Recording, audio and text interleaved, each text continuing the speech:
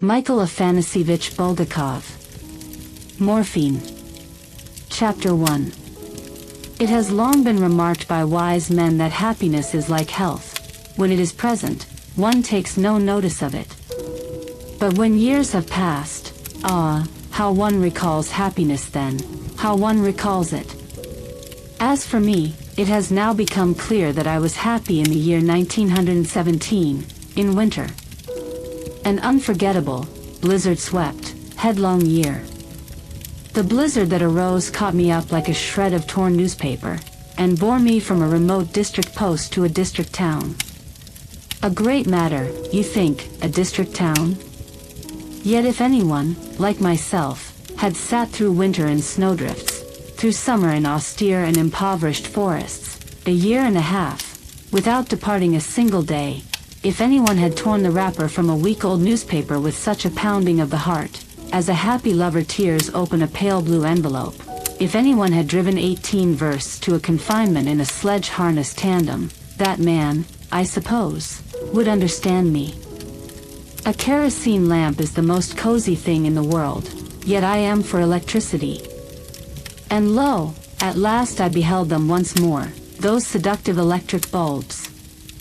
The main street of the little town, well packed by peasant sledges, the street on which, delighting the eye, there hung a signboard with boots, a golden pretzel, red flags, the portrait of a young man with porcine and insolent little eyes and an utterly unnatural coiffure, signifying that behind the glass doors dwelt the local Basil, who for 30 kopecks would shave you at any hour, save those feast days wherewith my fatherland so abundantly overflows. To this day I recall with a shudder Basil's napkins that irresistibly recalled that page in a German textbook of skin diseases, on which, with convincing clarity, a hard chancre is depicted upon the chin of some citizen. Yet even these napkins shall not darken my recollections. At the crossroads stood a live militiaman. In a dusty shop window iron trays dimly displayed rows of pastries with reddish cream. Hay covered the square. People walked and drove and talked. In a booth they sold yesterday's Moscow newspapers, containing astounding tidings. Not far off Moscow trains whistled enticingly. In a word, this was civilization. Babylon, the Nevsky Prospect. Of the hospital there is no need to speak. It contained a surgical department, a therapeutic, an infectious, an obstetric. There was an operating theater, in which the autoclave gleamed, the taps shone silver, the tables unfolded their cunning paws, teeth, screws. There was a senior physician, 3 assistants, besides myself, feldshers, midwives, nurses, a pharmacy, and a laboratory. A laboratory, imagine. With a Zeiss microscope, and an excellent stock of stains. I shuddered and grew cold. Impressions oppressed me. Many days passed before I grew accustomed to the sight of the single-storied hospital buildings lighting up, as though at a command, with electric light in the December twilight. It dazzled me. Water roared and foamed in the baths, and wooden, soiled thermometers dived and floated in them. In the children's infectious ward cries broke out all day long. A thin plaintive weeping was heard, hoarse gurgling. Nurses ran, rushed about. A heavy burden slipped from my soul. I no longer bore upon myself the fatal responsibility for everything that might happen in the world. I was not guilty of a strangulated hernia, and did not start when sledges arrived bearing a woman in transverse presentation. Purulent pleurisy requiring operation did not concern me. For the first time I felt myself a man whose measure of responsibility was confined within certain bounds. Confinements? Pray, there is the low building yonder, there the farthest window curtained with white gauze. There is the accoucheur, amiable and stout, with reddish mustaches and somewhat bald. That is his affair. Sledges, turn to the window with the gauze. Complicated fracture, the chief surgeon. Inflammation of the lungs, to the therapeutic ward, to Pavel Vladimirovich. Oh, Majestic machine of a great hospital running smoothly, as though oiled. Like a new screw cut to a pre-measured gauge. I entered the mechanism and took charge of the children's department. Diphtheria, scarlet fever engulfed me, took my days. But only my days. I began to sleep at night, for no longer did the ominous nocturnal knocking sound beneath my windows, to drag me forth into the darkness, into peril and inevitability. In the evenings I began to read, first of all about diphtheria and scarlet fever, of course, and then, for some strange reason, Fenimore Cooper with singular interest, and fully appreciated the lamp above the table, the gray coals on the samovar tray, the cooling tea, and sleep after a year and a half of sleeplessness. Thus was I happy in the winter of 1917, having been transferred to a district town from a remote blizzard-swept post. Chapter 2. A month flew by, then a second and a third, the year 17 passed away, and February of 18 began its flight. I grew accustomed to my new position, and gradually forgot my distant post. The green lamp with hissing kerosene, solitude, snowdrifts, faded from memory. Ungrateful wretch. I forgot my combat post, where, alone, without any support, I struggled with diseases, by my own strength, like Fenimore Cooper's hero, extricating myself from the most extraordinary situations. It is true that sometimes, when I lay down in bed with the pleasant thought that now I should fall asleep, fragments would rush through my darkening consciousness. A green light, a flickering lantern, the creak of sledge runners, a short groan, then darkness, the dull howling of a blizzard across the fields. Then all this tumbled sideways, and plunged into oblivion. I wonder, who is sitting there now in my place? Someone must be. A young doctor like myself. Well, no matter. I have served my time.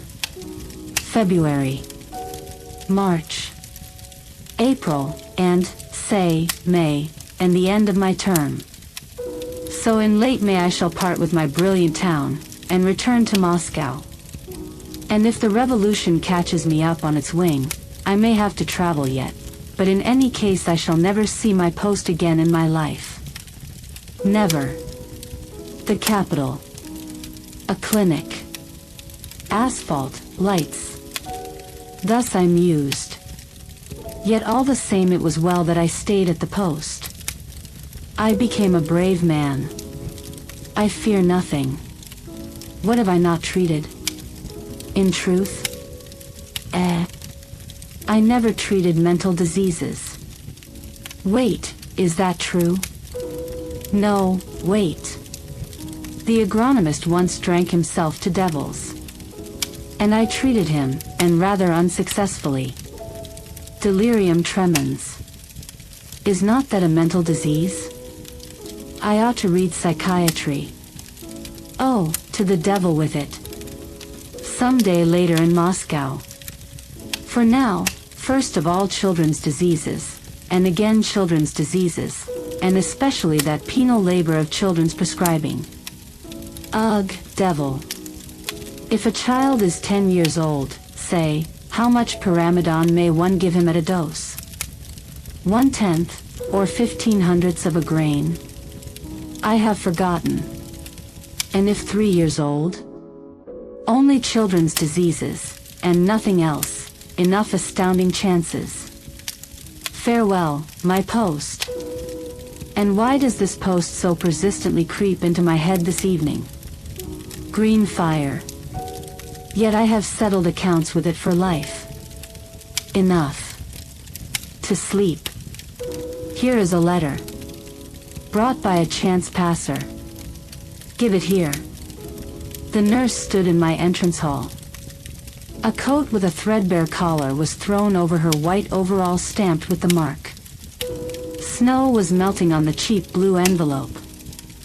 Are you on duty in the receiving room today? I asked, yawning. I am. No one. No one, empty. If. The yawn tore my mouth, and from this the word came out slovenly. Anyone is brought, let me know here. I shall lie down to sleep. Very well. May I go? Yes, yes. Go. She went out. The door squeaked, and I shuffled in slippers to the bedroom, along the way tearing the envelope crookedly and hideously with my fingers.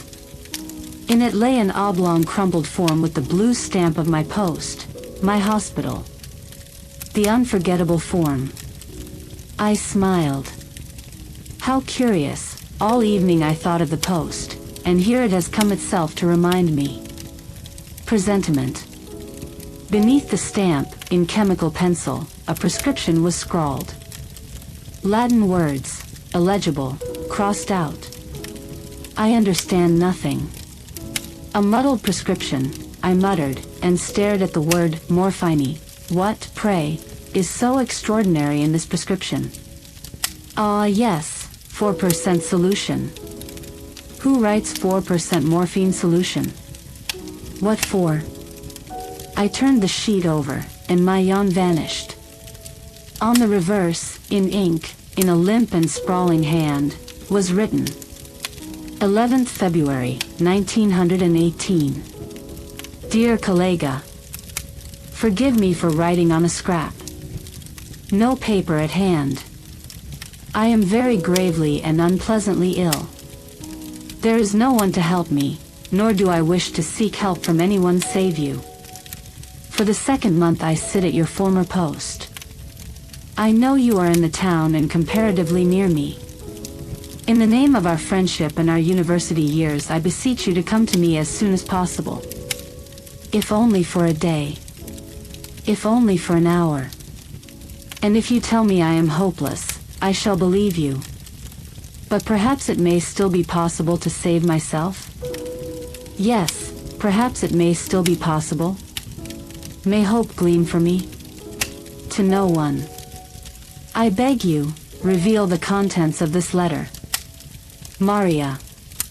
Go at once to the receiving room and call the duty nurse to me. What is her name? I have forgotten. In short, the duty nurse who brought me the letter just now. Quickly. At once. A few minutes later the nurse stood before me, and the snow was melting on the threadbare coat that had served as material for her collar. Who brought the letter? I don't know. A bearded man. A cooperator, he said, going to town. Well, go. No, wait. I shall write a note now to the chief physician. Take it, please, and bring me the answer. Very well. My note to the chief physician. 13th February, 1918. Dear Pavel Illarionovich, I have just received a letter from my university comrade Dr. Polyakov. He is at my former Gorlov post in complete solitude. He has fallen ill, apparently gravely. I consider it my duty to go to him. If you permit, I shall tomorrow hand over the department for one day to Dr. Radovich and go to Polyakov. The man is helpless. Respectfully yours, Dr. Bomgard. The chief physician's reply. Dear Vladimir Mihailovich, go. Petrov. I spent the evening over a railway guide. One could reach Gorilovo thus. Tomorrow depart at 2 in the afternoon by the Moscow mail train, travel 30 versts by rail, alight at Station N, and from there 22 versts by sledge to the Gorilovo hospital. With luck I shall be in Gorilovo tomorrow night, I thought, lying in bed. What is he ill with? Typhus, pneumonia? Neither one nor the other. Then he would have written simply, I am ill with pneumonia. But here is a muddled, slightly false letter. Gravely, and unpleasantly ill, with what? Syphilis? Yes, undoubtedly, syphilis. He is in horror, he conceals, he fears. But on what horses, I wonder, Shall I go from the station to Gorolovo? A bad business if one arrives at the station in twilight, and there is nothing to drive with. No, I shall find a way. I shall find horses from someone at the station. Send a telegram for him to dispatch horses. Useless. The telegram will arrive a day after me. It will not fly through the air to Gorolovo. It will lie at the station, until chance brings someone. I know that Gorolovo. Oh, a bear's corner. The letter on the form lay on the night table in the circle of lamplight, and beside it stood the companion of irritable insomnia, an ashtray bristling with cigarette butts. I tossed on the crumpled sheet, and vexation was born in my soul. The letter began to irritate.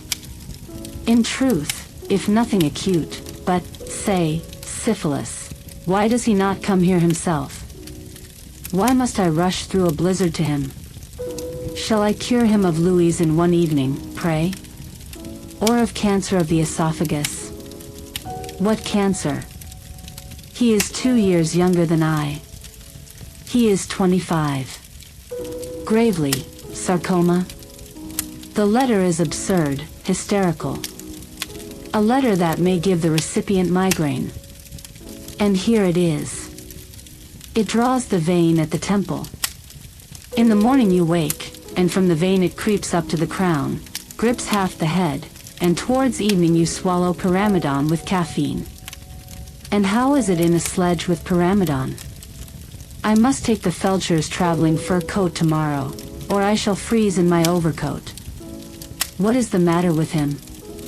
Hope will gleam, that is how they write in novels, not in serious medical letters.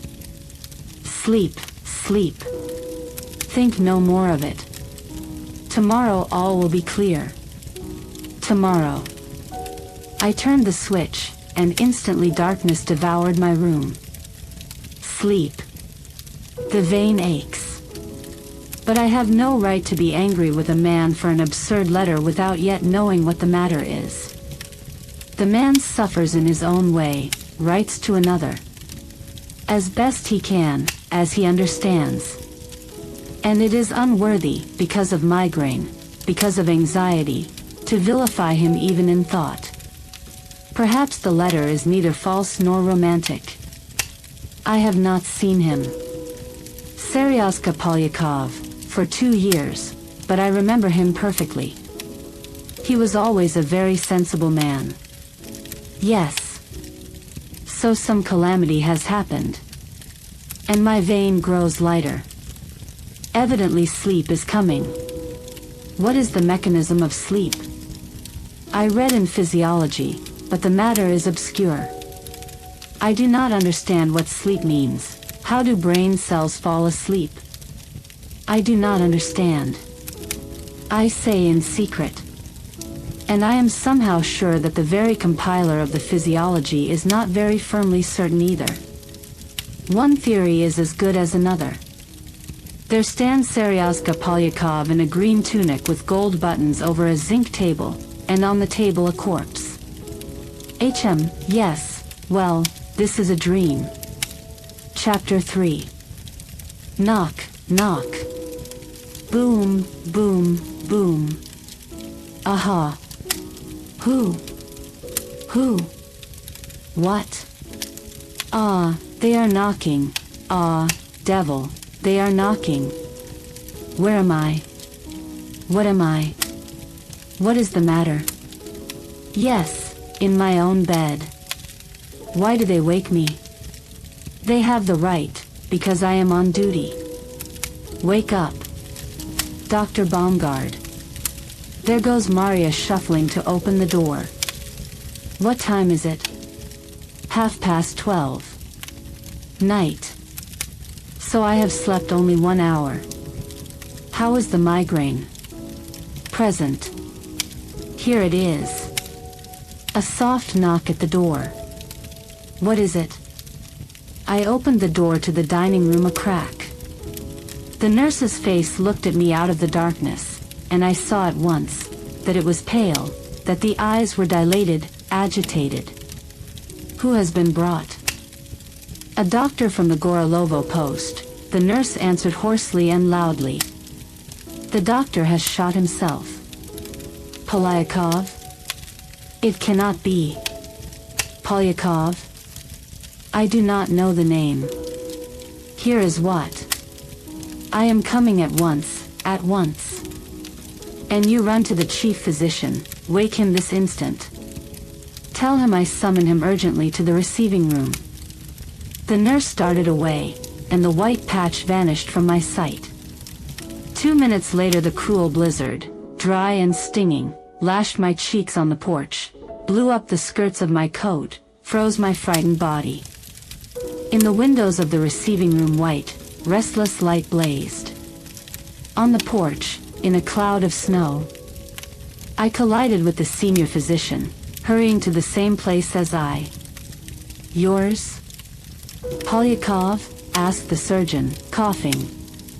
I understand nothing. Evidently it is he, I answered, and we hurriedly entered the room. From the bench a muffled woman rose to meet us. Familiar eyes, tearful, looked at me from beneath the edge of a brown kerchief. I recognized Maria Vlasievna, the midwife from Gorilovo, my faithful assistant at confinements in the Gorilovo hospital.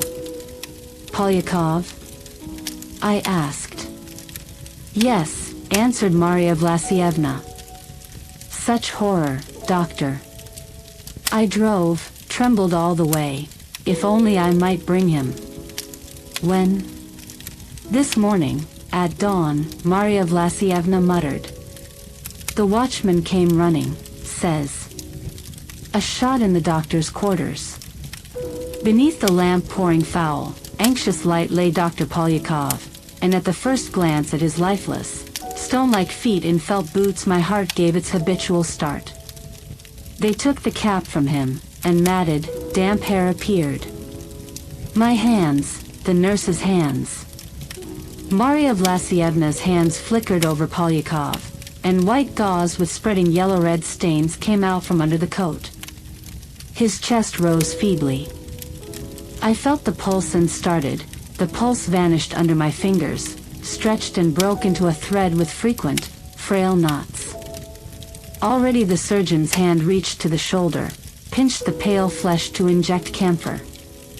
Here the wounded man parted his lips, and on them appeared a rosy bloody streak, slightly moved his blue lips and dryly, weakly uttered. Leave the camphor. To the devil. Be silent, the surgeon answered and drove yellow oil beneath the skin.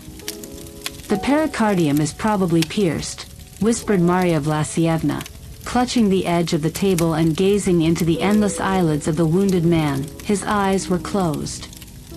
Gray-violet shadows, like sunset shadows, grew brighter in the hollows by the wings of the nose, and a fine, mercury-like sweat stood out in dew on the shadows. A revolver? Asked the surgeon, twitching his cheek. A Browning, Maria Vlasievna faltered. The surgeon suddenly said, as though with spite and vexation, and suddenly, waving his hand, stepped away. I turned to him in fright, not understanding. Someone else's eyes flashed over his shoulder. Another doctor approached. Polyakov suddenly moved his mouth, crookedly, like a sleeper trying to brush off a clinging fly, and then his lower jaw began to move, as though he were choking on a lump and wished to swallow it. To anyone who has seen vile revolver or rifle wounds, this movement is well known. Maria Vlasievna winced painfully, sighed. Dr. Bomgard, Polyakov said scarcely audibly. I am here, I whispered, and my voice sounded tenderly at his very lips. The notebook to you, Polyakov answered hoarsely and still more weakly. Here he opened his eyes and raised them to the joyless ceiling of the room, vanishing into darkness. As though from within, the dark pupils began to fill with light. The whites of the eyes became almost transparent, bluish. The eyes fixed themselves on high, then grew dim and lost that fleeting beauty. Dr. Polyakov died. Night. Near dawn.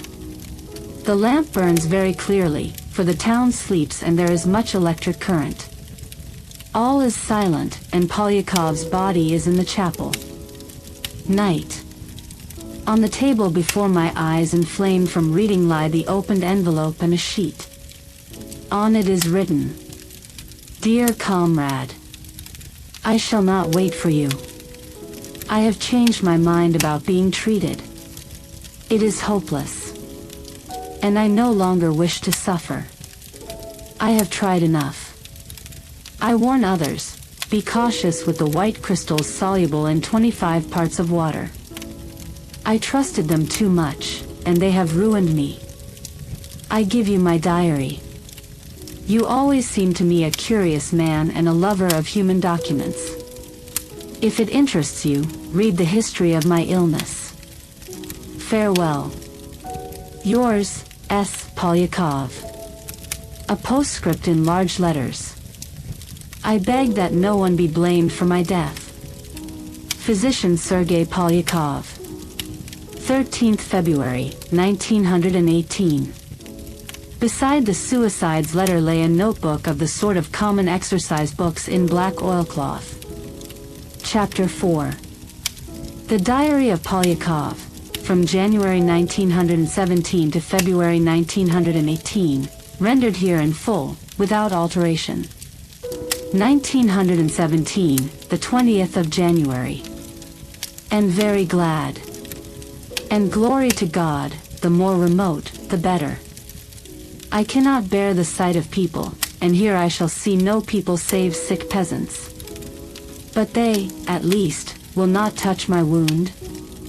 Others, indeed, have been scattered no worse than I across Zemstvo posts. My entire graduating class, not liable to conscription, militia second category, class of 1916, has been distributed among Zemstvos.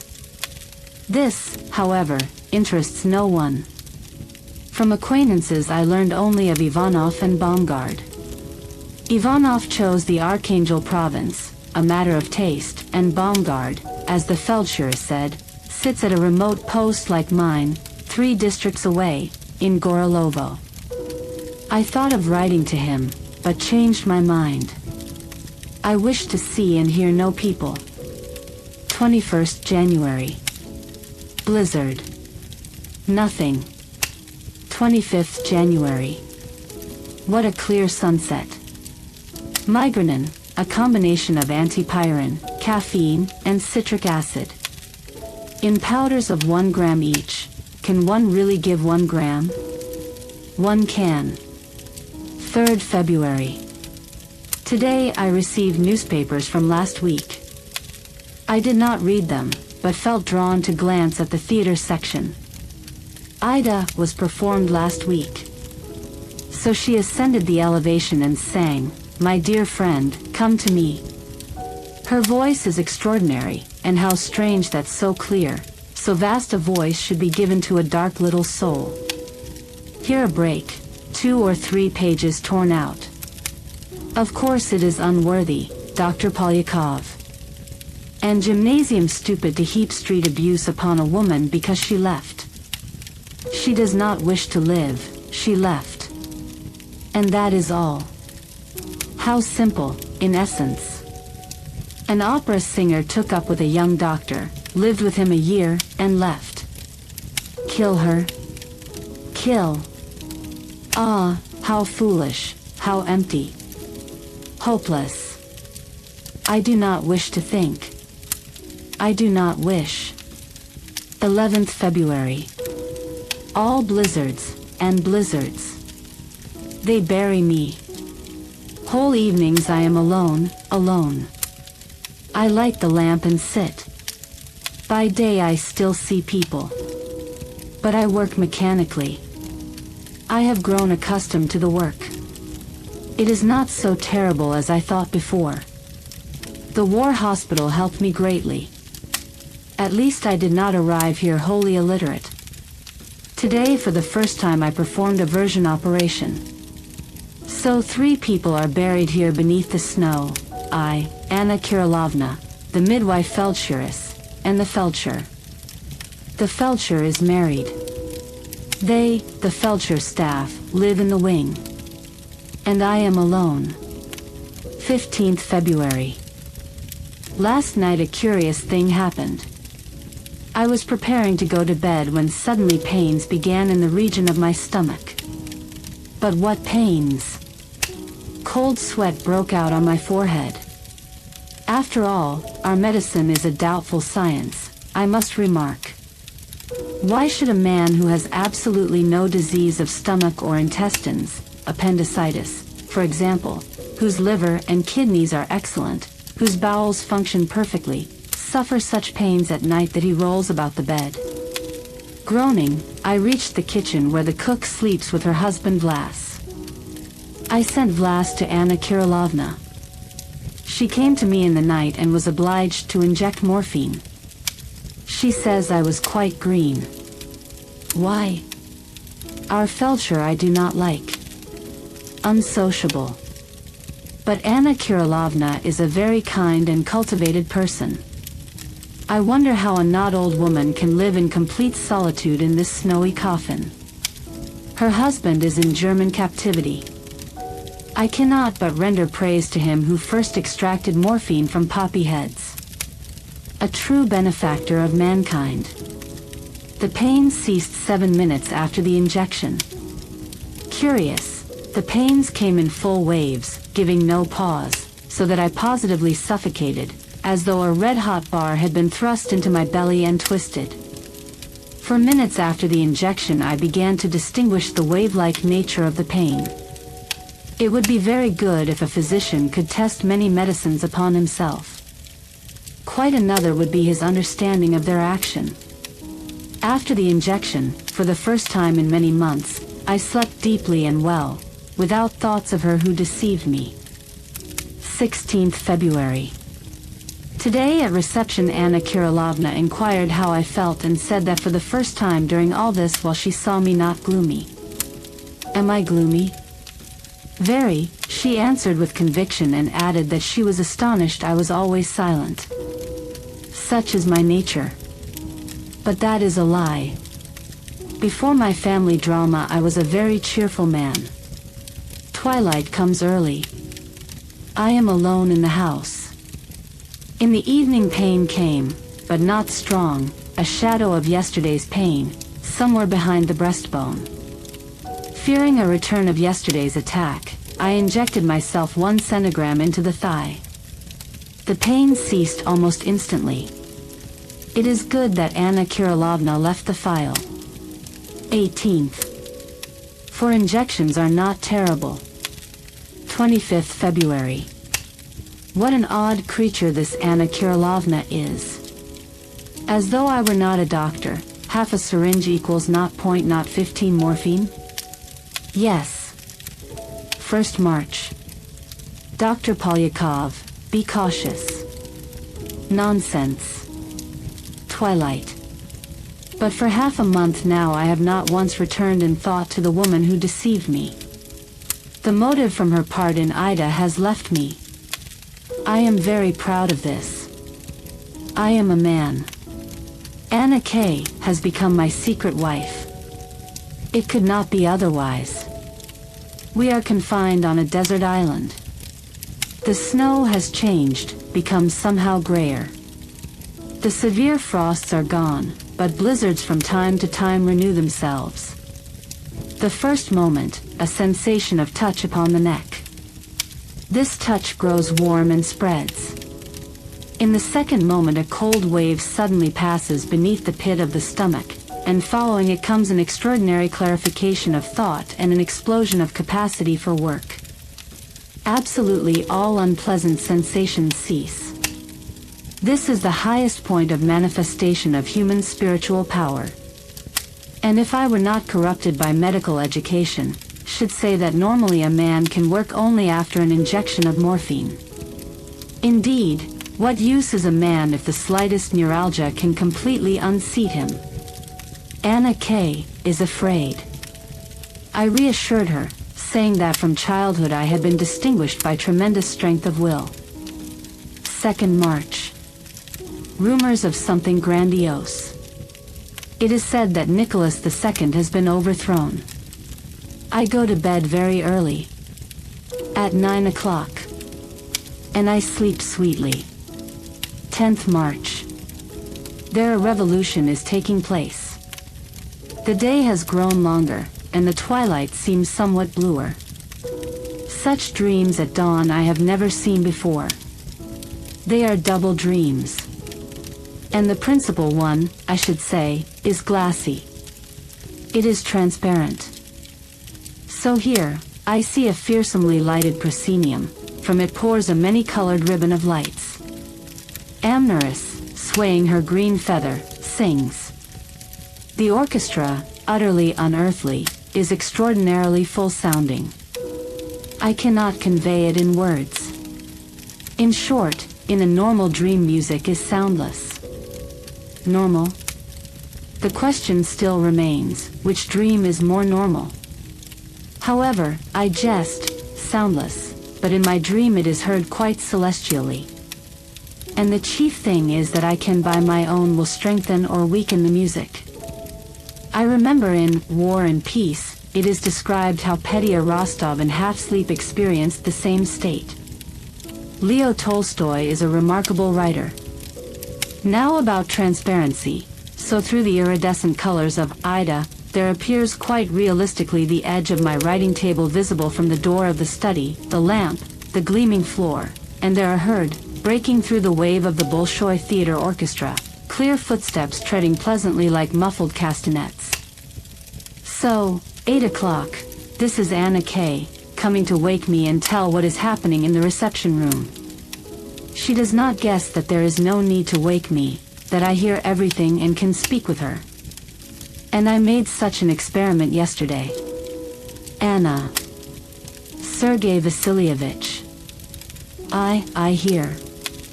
Softly to the music, louder. Music, a great chord. D sharp. Anna. 20 people recorded. Amneris, sings. However, this cannot be conveyed on paper. Are these dreams harmful? Oh no. After them I rise strong and cheerful.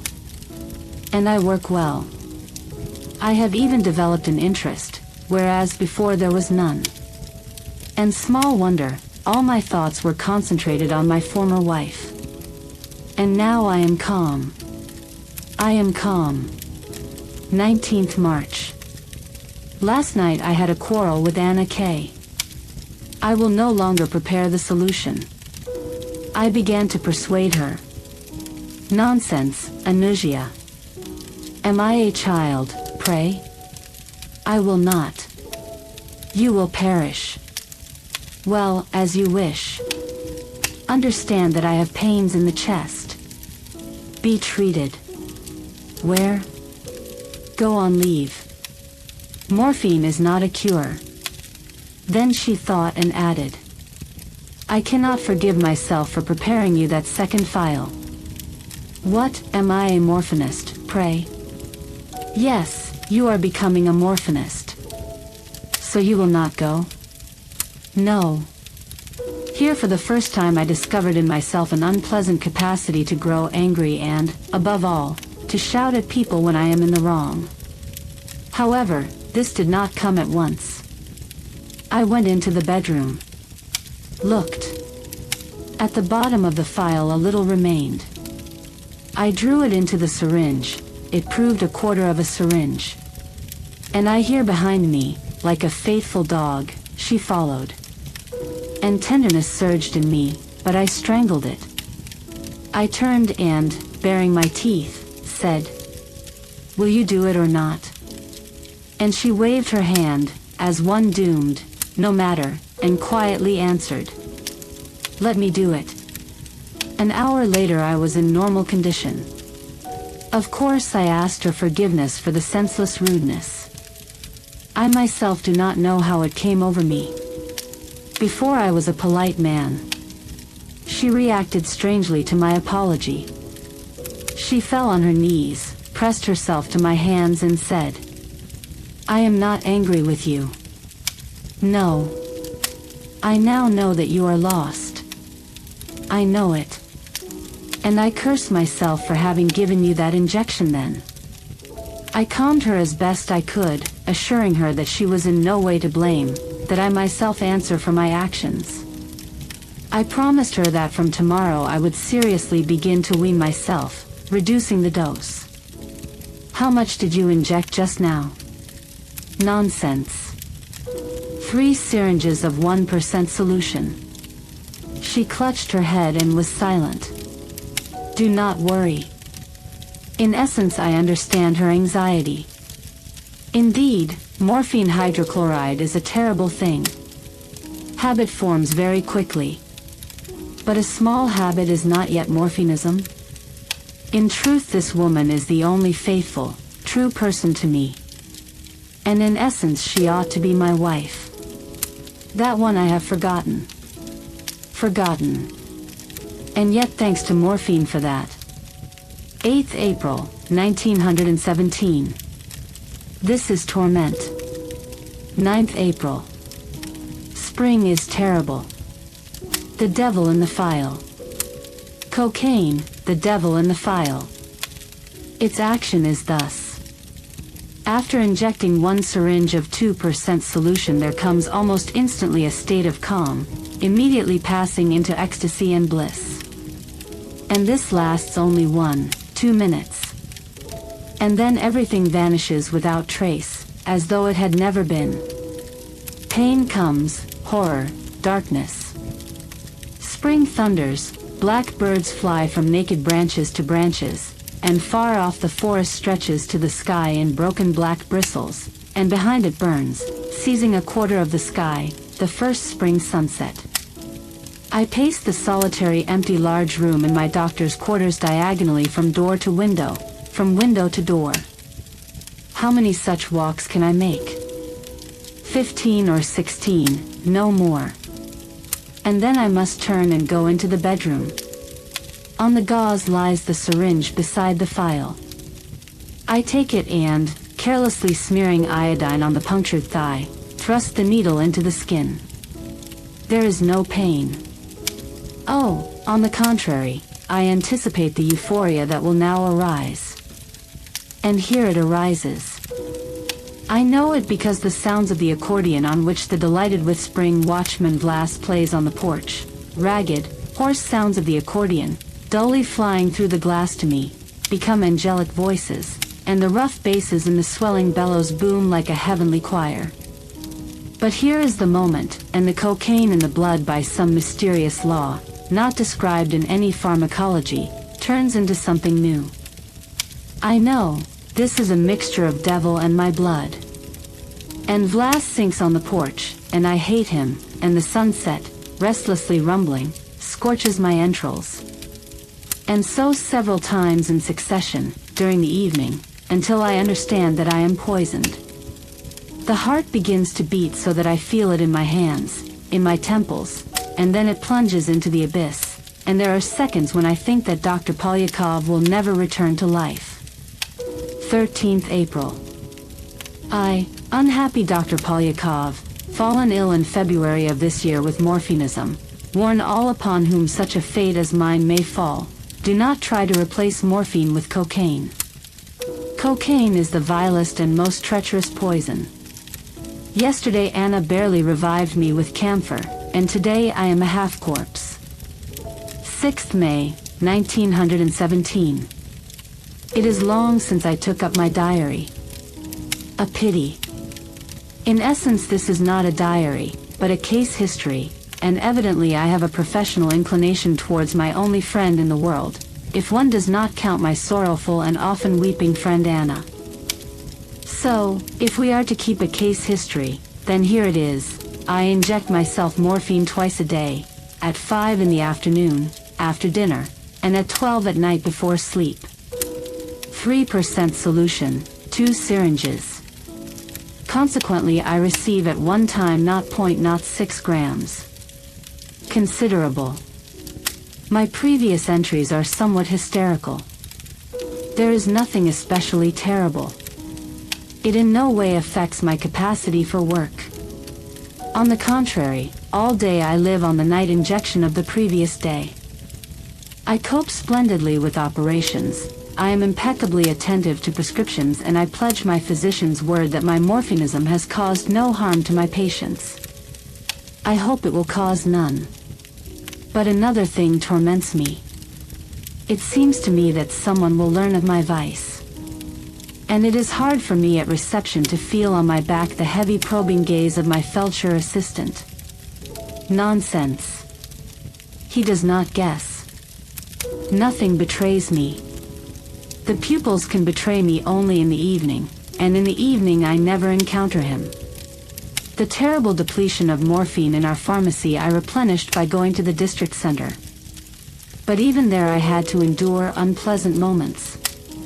The warehouse manager took my requisition, into which I had prudently entered all sorts of nonsense, like caffeine, of which we have plenty, and said, 40 grams of morphine? And I feel that I hide my eyes like a schoolboy. I feel that I blush. He says, we have no such quantity. I will give 10 grams. And indeed he has none, but it seems to me that he has penetrated my secret, that he probes and drills me with his eyes, and I am agitated and tormented. No, the pupils, only the pupils are dangerous, and therefore I shall set myself the rule, in the evening not to encounter people. A more convenient place than my post for this cannot be found. For more than half a year I have seen no one save my patients. And they have no concern with me. 18th May. Sultry night. There will be a thunderstorm. A black belly grows and swells far beyond the forest. There, it flashed pale and anxious. The storm is coming. The book lies before my eyes, and in it is written concerning abstinence from morphine. Great anxiety, anguished melancholy state, irritability, weakening of memory, sometimes hallucinations, and a slight degree of clouded consciousness. I have experienced no hallucinations, but as to the rest I can say, oh, what dull, official, meaningless words. Melancholy state. No, I, who have fallen ill with this terrible disease, warn physicians to be more compassionate to their patients. Not melancholy state, but slow death seizes the morphinist as soon as you deprive him of morphine for an hour or two. The air is not nourishing, one cannot swallow it. There is not a cell in the body that does not thirst. For what? This cannot be defined or explained. In short, the man is gone. He is switched off. A corpse moves, yearns, suffers. He wants nothing, thinks of nothing, save morphine. Morphine. Death from thirst is a paradisal, blissful death compared with the thirst for morphine. Thus the buried alive probably catches the last tiny bubbles of air in the coffin and tears the skin on his chest with his nails. Thus the heretic on the stake groans and writhes when the first tongues of flame lick his feet. Death, dry, slow death. That is what lies beneath these professorial words, melancholy state. I can do no more. And so I took and just now injected myself. A sigh. Another sigh. Easier. And here, a mint chill beneath the pit of the stomach. 3 syringes of 3% solution. That will last me till midnight. Nonsense. This entry is nonsense. Not so terrible. Sooner or later I shall give it up. For now, to sleep, to sleep. With this foolish struggle against morphine I only torment and weaken myself. Hereafter in the notebook about 24 pages are torn out. Ria. Yada vomiting at 4:30. When I feel better, I shall write my terrible impressions. 14th November, 1917. So, after fleeing Moscow from Dr. S. clinic, the name carefully crossed out, I am home again. Rain pours in a veil and hides the world from me. And let it hide it from me. I need it not, as I am needed by no one in the world. The shooting and the coup I lived through still in the clinic. But the thought of abandoning this treatment stole upon me even before the fighting in the Moscow streets. Thanks to morphine for making me brave. No shooting frightens me. And indeed, what can frighten a man who thinks only of one thing, of the wondrous, divine crystals? When the Feldschirus, utterly terrorized by the cannon booming. Here a page is torn out. Tore this page so that no one should read the shameful description of how a man with a diploma fled thievishly and cowardly and stole his own suit. What is a suit? I took a hospital shirt. It was not the time for niceties. The next day, having injected, I revived and returned to Dr. N. He met me with pity, but through the pity there showed contempt. And this in vain. After all, he is a psychiatrist and ought to understand that I am not always master of myself. I am ill. Why despise me? I returned the hospital shirt. He said, "Thank you," and added, "What do you intend to do now?" I said boldly, I was at that moment in a state of euphoria. I have decided to return to my backwoods, the more so as my leave has expired. I am very grateful to you for your help. I feel considerably better. I shall continue treatment at home. He answered thus. You feel not the least better. It is laughable to me that you say this to me. One glance at your pupils is enough. To whom are you speaking? I, Professor, cannot at once wean myself, especially now, when all these events are happening. The shooting has quite unnerved me. It has ended. Here is the new authority. Lie down again. Here I remembered everything, the cold corridors, the empty walls painted with oil, and I crawl like a dog with a broken leg, waiting for something. For what? A hot bath?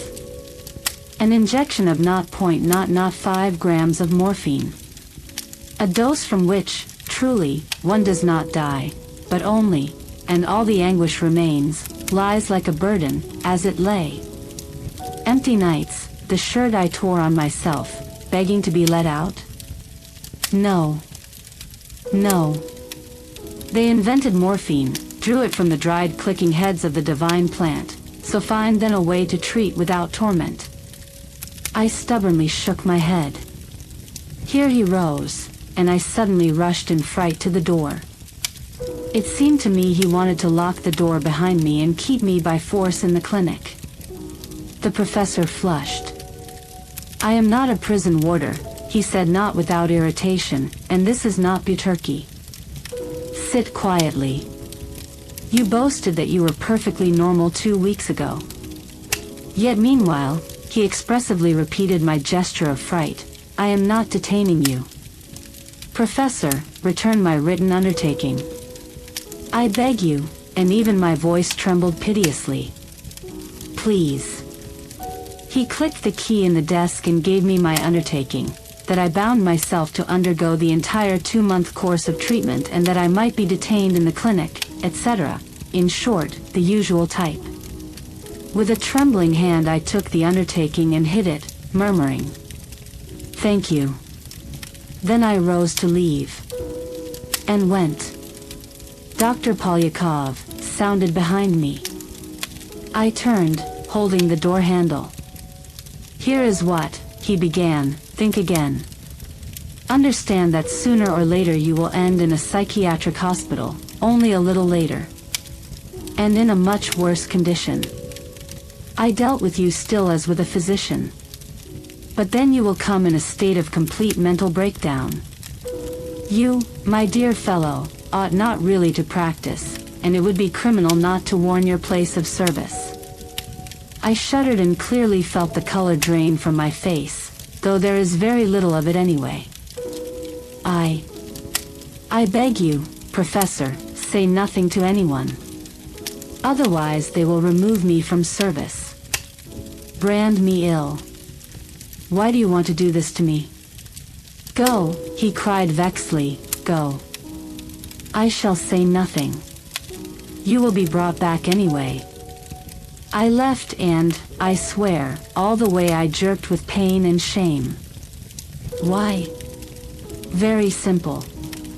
Ah, my friend, my faithful diary. You at least will not betray me? The matter is not the suit, but that in the clinic I stole morphine. 3 cubes in crystals and 10 grams of 1% solution. I am interested not only in this, but also in this. The key was in the cupboard. Well, and if it had not been? Would I have broken open the cupboard or not? In conscience? I would have broken it open. So Dr. Polyakov is a thief. I shall have time to tear out the page. Well, as to practice, he overdid it anyway. Yes, I am a degenerate. Quite true. The disintegration of my moral personality has begun. But I can work, I can cause no evil or harm to any of my patients. Yes, why did I steal? Very simple. I decided that during the fighting and all the turmoil connected with the coup I should know where to obtain morphine. But when it quieted down, I obtained yet in one pharmacy on the outskirts 15 grams of 1% solution, a thing useless and tedious to me, 9 syringes to inject. And I had to humiliate myself again. The pharmacist demanded the seal, looked at me sullenly and suspiciously. But the next day, coming to normal, I obtained without delay in another pharmacy 20 grams in crystals. I wrote a prescription for the hospital, incidentally, of course, prescribing caffeine and aspirin. And in the end, why should I hide, be afraid? Indeed, is it written on my forehead that I am a morphinist? What does it matter to anyone, in the end? And is the disintegration so great? I call these notes to witness. They are fragmentary, but after all I am not a writer. Are there any insane thoughts in them? In my opinion, I reason quite sanely. A morphinist has one happiness that no one can take from him, the ability to spend life in complete solitude.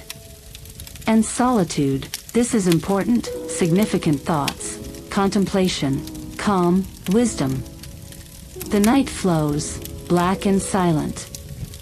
Somewhere a bare forest, beyond it a river, cold, autumn. Far, far the disheveled turbulent Moscow. I have nothing to do with anything, I need nothing, and nothing draws me anywhere. Burn, fire, in my lamp, burn quietly. I wish to rest after the Moscow adventures, I wish to forget them. And I forgot. Forgot. 18th November. Frosts. It has dried. I went out for a walk to the river along the path, because I almost never breathe air. Disintegration of personality, disintegration, but still I make attempts to abstain from it. For example, this morning I did not inject, now I inject 3 times a day, 3 syringes of 4% solution. Inconvenient. I am sorry for Anna. Every new percent kills her. I am sorry. Ah, what a person. Yes. So, here, when it became bad, I decided still to suffer, let the professor and admire me, and to delay the injection and went to the river. What a desert. Not a sound, not a rustle. Twilight not yet, but they lurk somewhere and creep across the marshes, across the hummocks, among the stumps. They come to the Levkovo hospital. And I crawl, leaning on a stick. To tell the truth, I have grown somewhat weak lately. And here I see, from the river up the slope flies swiftly towards me, and her feet do not move beneath her gaudy skirt bell, a little old woman with yellow hair. At first I did not understand her and was not even frightened. An old woman like an old woman. Strange, Why is the old woman bareheaded in the cold, in only a jacket? And then, whence the old woman? What kind? When our reception ends in Levkovo, the last peasant sledges drive away, and for 10 versts round, no one. Marshes, marshes, forests. And then suddenly cold sweat poured down my back. I understood. The old woman does not run, but precisely flies, not touching the ground. Good. But not this tore a cry from me, but that in the old woman's hands, pitchforks. Why was I so frightened? Why? I fell on one knee, stretching out my hands, covering myself so as not to see her, then turned and, limping, ran home, as to a place of salvation, desiring nothing save that my heart should not burst, that I should quickly rush into the warm rooms, see living Anna, and morphine. And I ran. Nonsense. An empty hallucination. A chance hallucination. 19th November. Vomiting. This is bad. My night conversation with Anna on the 21st. Anna. The Feldsher knows. Does he really? No matter. Trifles. Anna. If you do not leave here for the town, I shall hang myself. Do you hear? Look at your hands, look.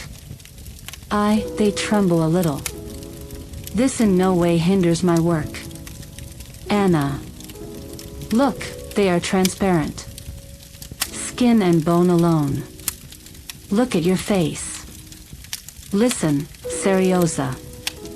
Go away, I implore you, go away. And you? Anna.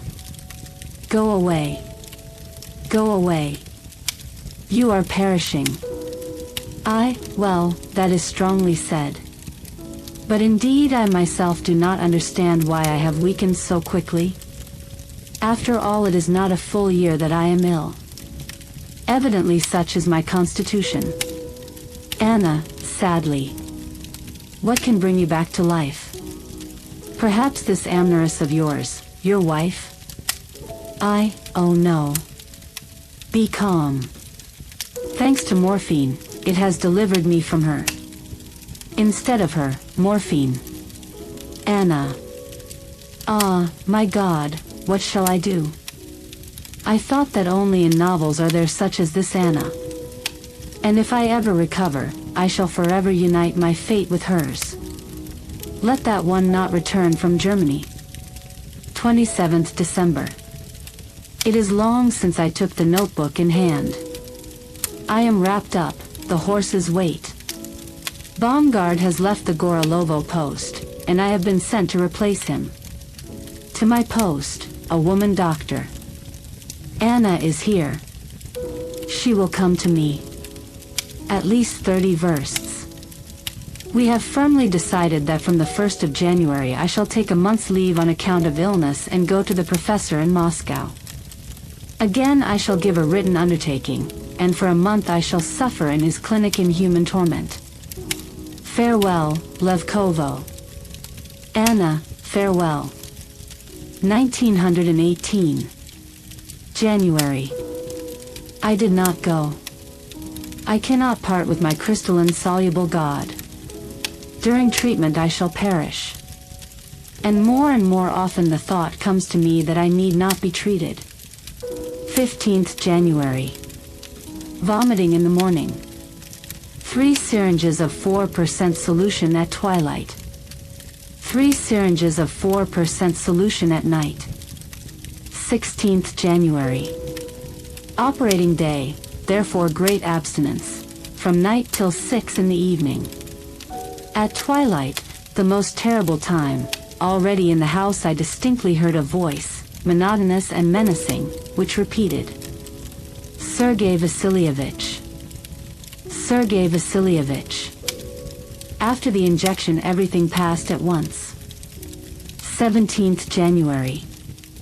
There was such a hallucination. I wait in the black windows for the appearance of some pale people. This is unbearable. One curtain only. I took gauze in the hospital and curtained it. I could not invent a pretext. Ah, devil take it. Why, in the end, must I invent a pretext for every action of mine? Indeed, this is torment, not life. Do I express my thoughts smoothly? In my opinion, smoothly. Life? Ridiculous. 19th January. Today, during the interval at reception, when we were resting and smoking in the pharmacy, the feldsher, rolling powders, related, for some reason with laughter, how one feldsheress, ill with morphinism and unable to obtain morphine, took half a wineglass of laudanum. I did not know where to put my eyes during this tormenting story. What is funny here? He is hateful to me. What is funny in this? What? I left the pharmacy with a thievish gait. What do you find funny in this disease? But I restrained myself, restrained. In my position one should not be especially arrogant with people. Ah, the feldsher. He is as cruel as these psychiatrists who know not how to help the patient. In no way. The preceding lines were written during abstinence, and there is much injustice in them. Now it is a moonlit night. I lie after an attack of vomiting, weak. I cannot raise my hands high and with a pencil trace my thoughts. They are pure and proud. I am happy for several hours. Ahead of me is sleep. Above me the moon and on it a halo. Nothing is terrible after an injection. 1st February. Anna has come. She is yellow, Illinois. I have finished her. Finished. Yes, a great sin lies on my conscience. I gave her my oath that I would leave in mid-February. Shall I fulfill it? Yes. I shall fulfill it. If I live. 3rd February.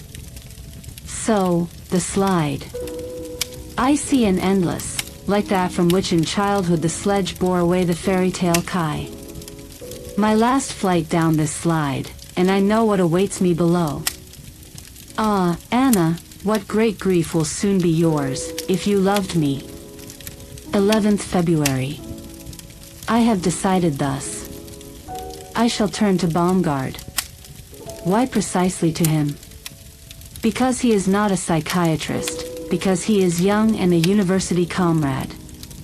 He is healthy, strong, but soft, if I am right. I remember him. Perhaps in him I shall find sympathy. He will think of something. Let him take me to Moscow. I cannot go to him. I have already obtained leave. I lie. I do not go to the hospital. I slandered the feldsher. Well, he laughed. No matter. He came to visit me. Offered to auscultate. I did not allow it. Again pretexts for refusal? I do not wish to invent pretexts. The note to Bomgard has been sent. People. Will someone help me? Pathetically I began to exclaim. And if anyone read this, he would think, falsehood. But no one will read. Before writing to Bomgard, I remembered everything. Especially the Moscow station in November, when I fled from Moscow. What a terrible evening. Stolen morphine I injected in the lavatory. This is torment. They hammered at the door, voices thundered like iron, abused me for occupying the place so long, and my hands jumped, and the hook jumped, any moment the door would fly open. Since then I have had furuncles. I wept at night, remembering this. 12th at night. And again wept. To what purpose this weakness and vileness at night?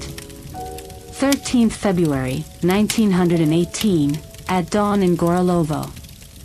I can congratulate myself. I have been without an injection already 14 hours. 14. This is an inconceivable figure. It dawns murkily and whitely. Now I shall be quite well. Upon mature reflection, Bomgard is not needed by me, and no one is needed. It would be shameful to prolong such a life even for a minute. No, one cannot. The medicine is at hand. How did I not guess before? Well then, let us begin. I owe nothing to anyone. I have ruined only myself. And Anna. What else can I do? Time will heal, as Amnir sang. With her, of course, it is simple and easy. The notebook to Bomgard. All. Chapter 5. At dawn on the 14th of February, 1918, in a distant little town, I read these notes of Sergei Polyakov. And here they are in full, without any changes whatsoever. I am not a psychiatrist. I cannot say with certainty whether they are instructive, whether they are needed. In my opinion, they are needed.